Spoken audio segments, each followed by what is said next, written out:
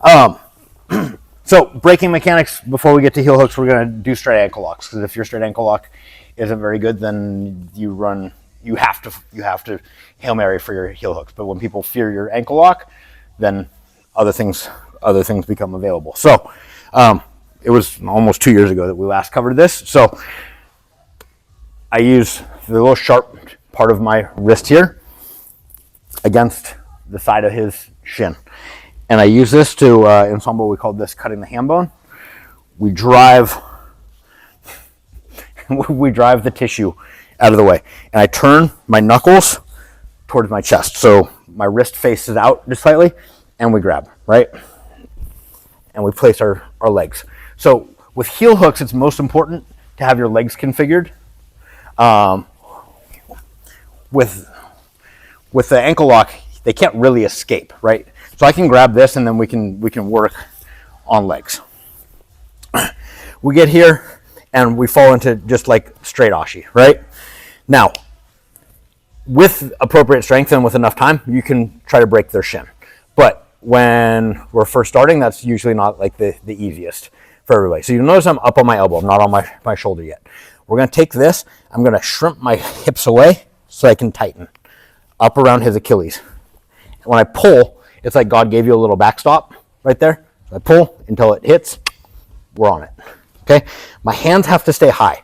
This is one of the keys with most of your leg attacks. The lower that my arms drop, the tension comes off of his leg. The higher it goes, the more tension we build. Okay? Now, we drive away so that I can tighten. Now, when I want to go to the break, I'm going to shrimp my hips back in. And the key here, where my elbow is the line that I want to put my shoulder. So what happens a lot here is when people go to get to the break, they fall forward like this. And this sucks, but if you take a close watch at Joe's face, from there, if I pull my elbow back and connect it to my hip and put my shoulder where my elbow is right now, we can get to the break without the extension, right? So we'll loosen it up a little bit so we can get through the rest of the braking mechanics. But my hands are together, right? And I fall back, and so I've put his leg at this like bent angle. Now, what I want is to drive my hips in, look over my bottom shoulder, shrug my shoulder back, and we get to our break pretty quickly. Okay? And it's not a matter of flexibility at that point. You're going to take off somebody's ligaments. So, one more time. We get this grip.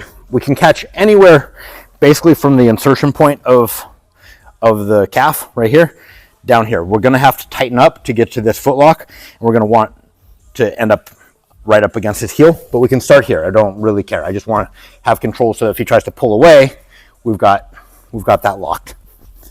We set our feet, we drive our hips back, and we tighten. Now, you'll notice the hands stay high. I generally prefer to go like a mortar and pestle grip, right? So like a fist and then reaching over the top. But for our purposes here, I can come like this, I can come like this. There's a variety of grips we can use. We can even go to some of the older configurations. They'll all work. From here, I connect my elbow to my hip, and I don't fall forward.